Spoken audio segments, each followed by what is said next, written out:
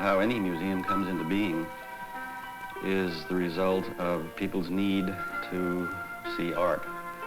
And that's comparable to people's desire and need to have stories told to them, songs sung to them, and they need to see pictures. In the case of the Kimbell Museum, it was the case of one man who, after having become a very successful industrialist and made an awful lot of money, he had started to feel this need himself, so he made his own private collection, he and his wife. It was his desire to share this with all the public that caused him to put in his will that the executors, who are now the trustees of the museum, should create a museum of top quality within the city of Fort Worth. I don't think the Kahn meant too much to him as far as mortar and brick. I think he just wanted a place for his pictures to be shown to the public where they could freely see them and enjoy them. As far as he building the museum, he didn't want any part of it. His friends would say, Kay, why don't you build a museum? He says, I'm going to buy all the pictures that I like and can buy as long as I live. Then you all do what you want to do.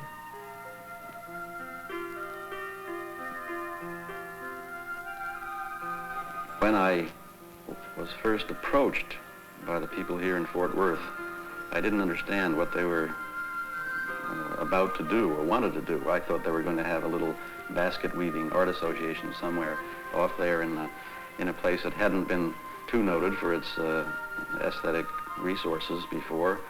And they flew to Los Angeles, where I was director then. We talked about it, but I didn't get the full message, so I was trying to be helpful to them to find somebody to run this little basket weaving place. And they thought that I was just being very snooty and big shot.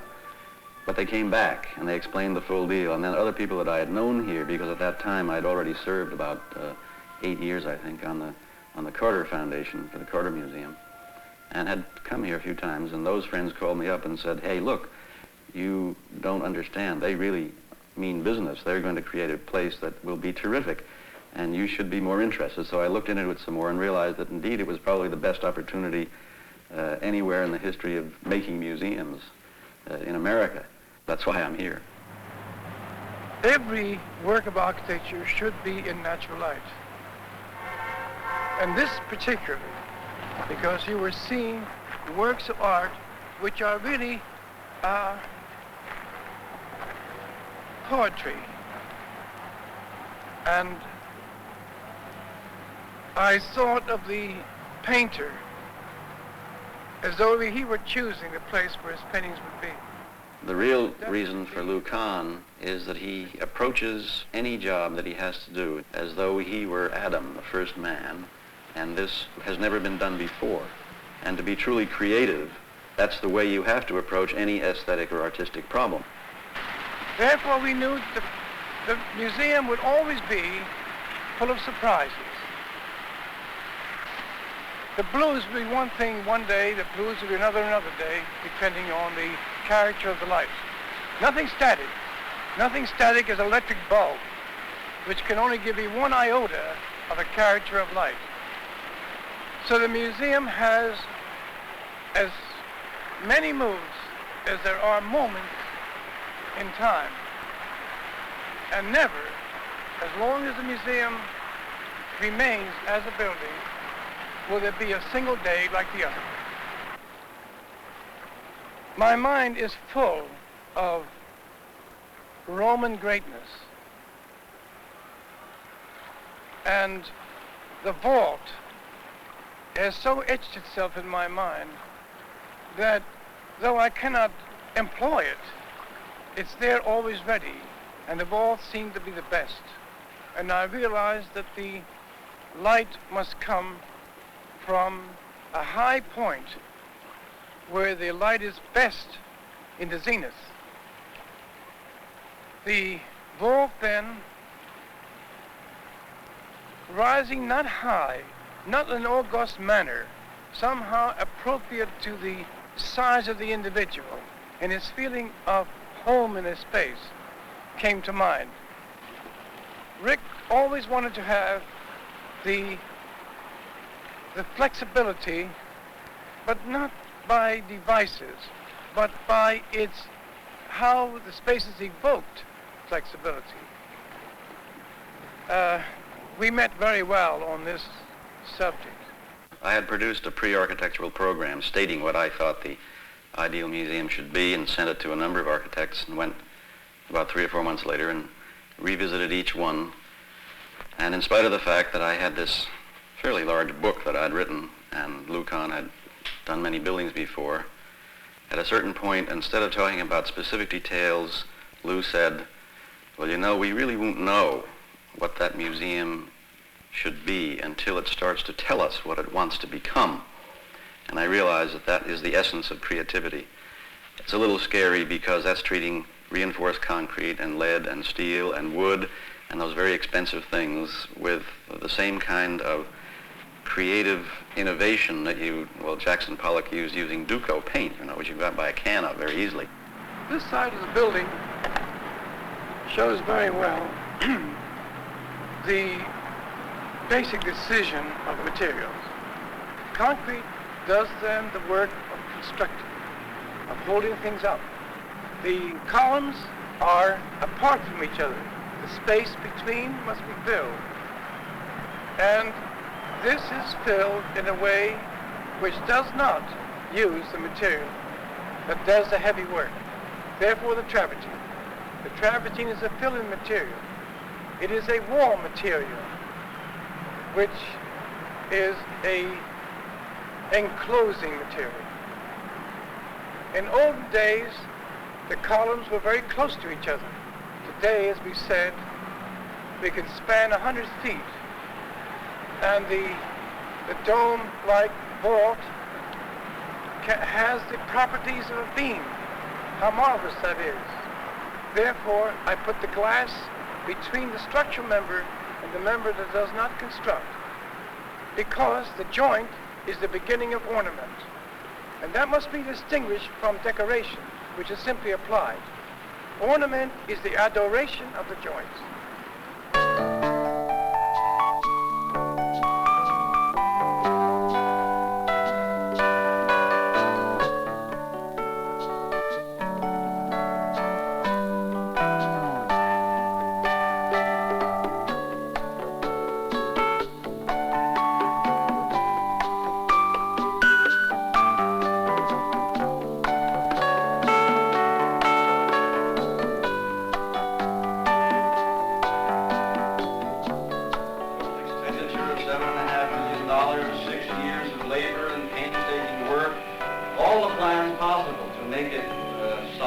Comfortable and safe and enjoyable, but we think here a new element in the art of museology, or making museums an institution, and it has to do with the basic things that one does in order to make a museum. You have to make a house.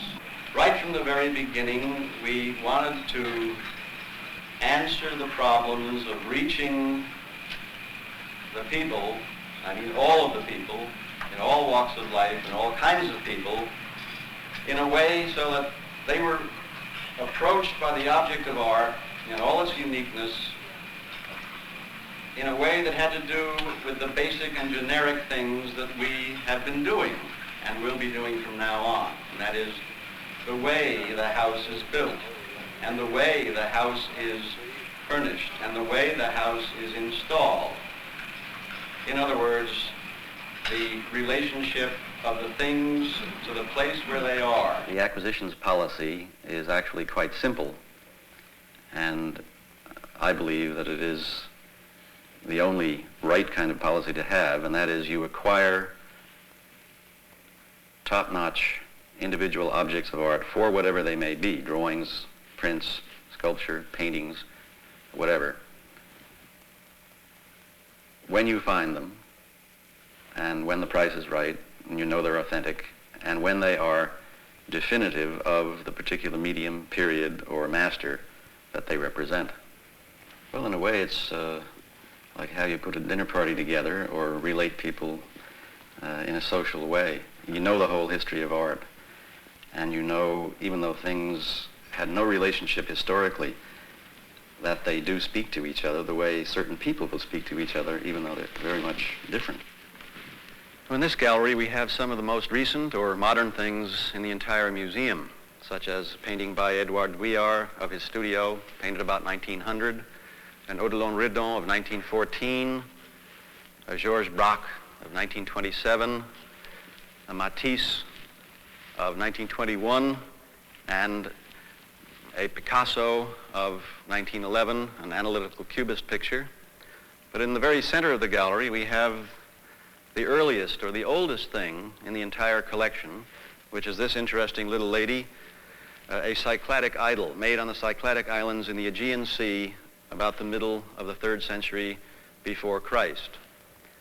She's made of Greek marble, is very delicate and very thin, but made geometrically with parallel arms, geometric nose, simple triangle for the pubic area, and kept within a very shallow three-dimensional space.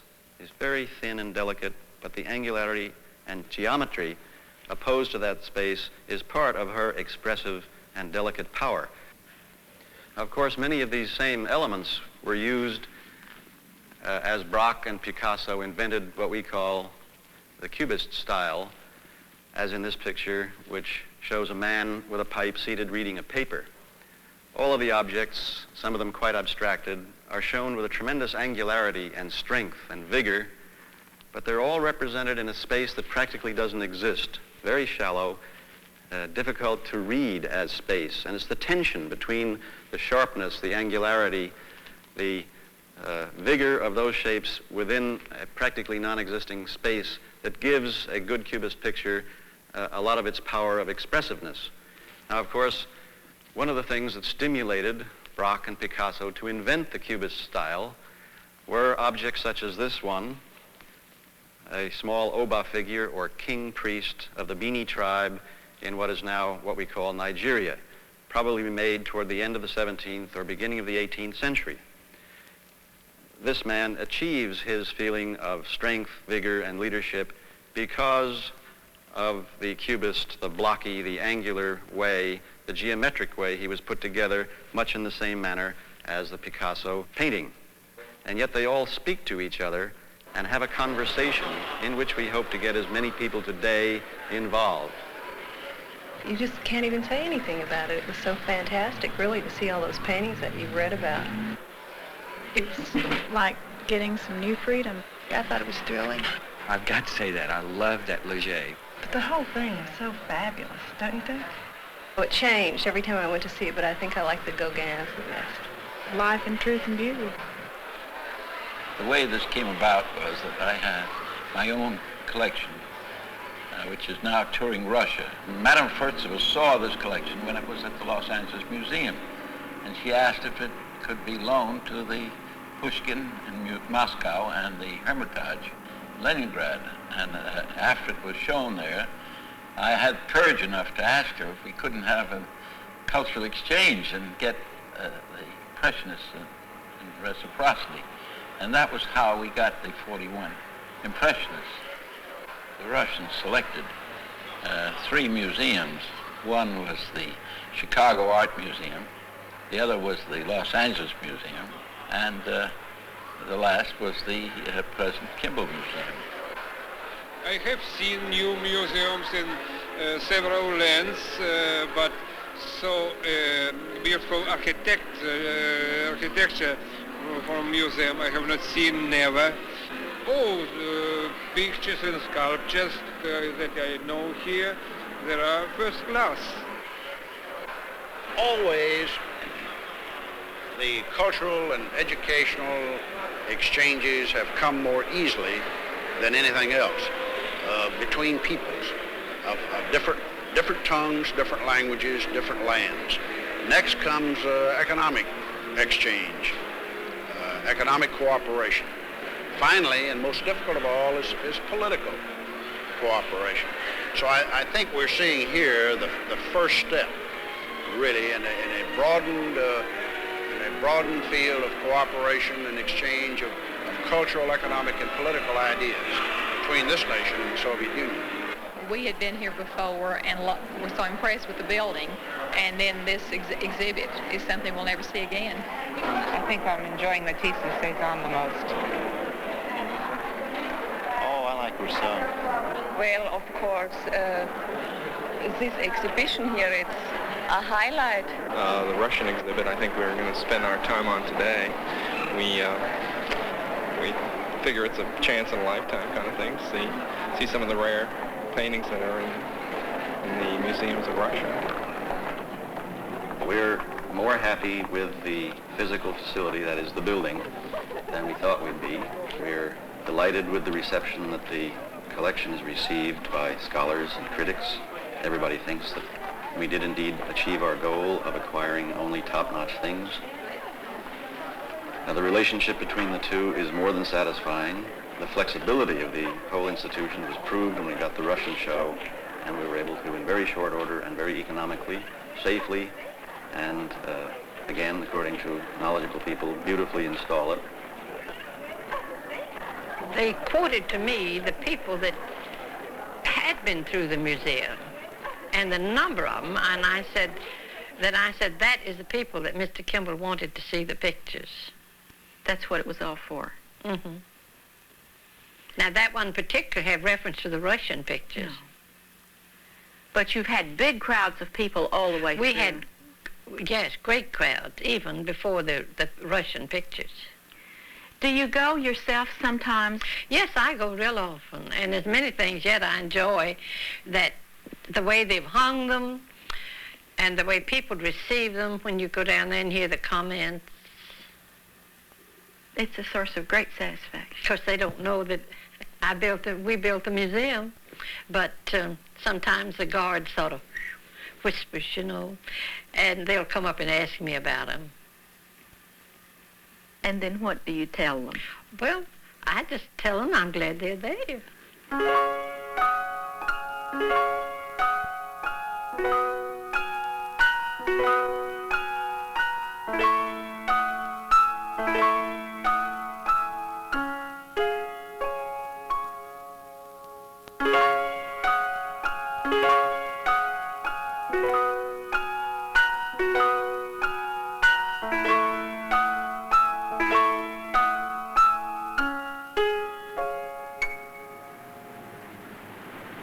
So I look at my work with a sense of what is forthcoming. The yet not said, the yet not made is what puts sparks of life into you. This building feels, and it's a good feeling, that I had nothing to do with it, that some other hand did it, because it is premise constructed.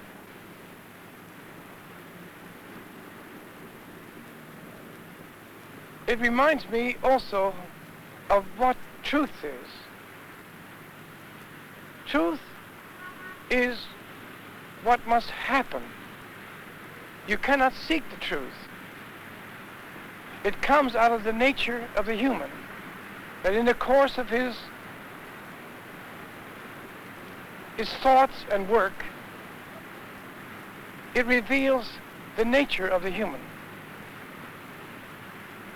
I wish history were actually taught that way, not just the event as the main point, but the revelation of man's nature by what happens.